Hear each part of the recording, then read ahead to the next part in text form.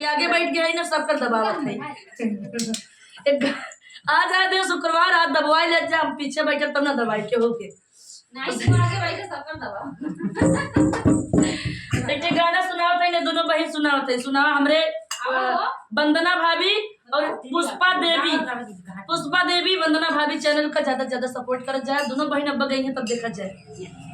सुना चालू करना तबे मोबाइल ऐसा किया तो चालू करो तो दोस्तों ये छोटी सी गीत है और सबके चैनल पे स्वागत है सबका और गीत पूरा फुल वॉच करके देखिएगा थोड़ा थोड़ा अगर बिगड़ जाए मतलब तो समझ कर लीजिए क्षमा चाहिए हम क्षमा चाहिए सुना तो दोस्तों ये है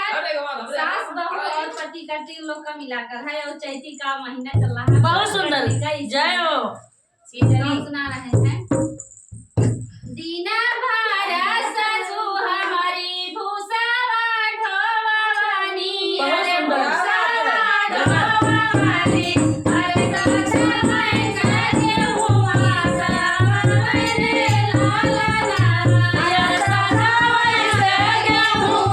सावरे लाला नामा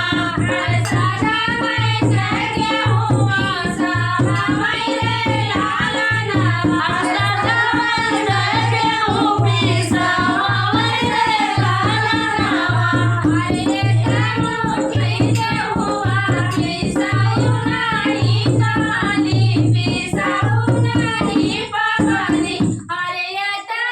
लाला नामा